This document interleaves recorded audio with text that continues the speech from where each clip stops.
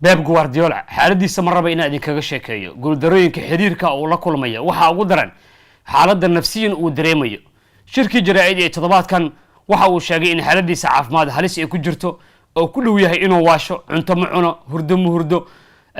habeenkiisa fiican saaxiibadii lama sheekaysto familkeyga waa ka go'ay guuldaradii Man United kadib aad iyo aad hadal waxa uu sheegay qalbi taabasho leh wuxuu yiri ma aqaan waxaan ku cabiray kooxda waxaan haysanaa koox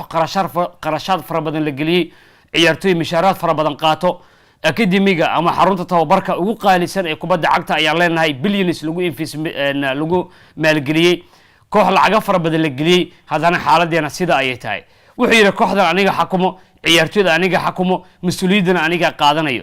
inta kadib Guardiola wuxuu ku daray inuu ku dhow yahay inuu waasho kadib guuldarooyinkan lama filaanka ay kooxdiisa ku dhacayo maadaama 11 kulan ugu dambeeyay hal kulan bas ay badiyeen horyaalka Premier League waa la tumoya Champions League waa la tumoya wax loo reebtay ma jiraan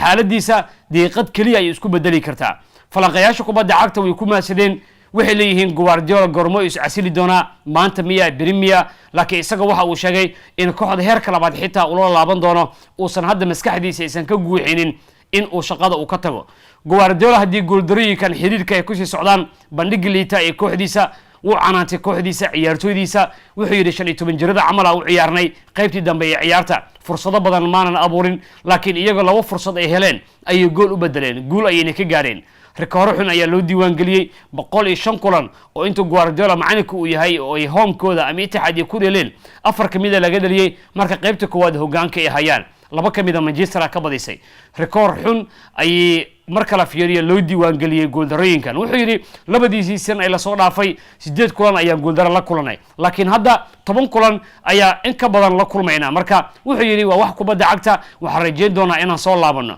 haddaba sida adigu kula muuqata in Guardiola oo hadda nafsiyan u jiran yahay oo xaaladiisa ku tilmaamay xaalad waali u dhow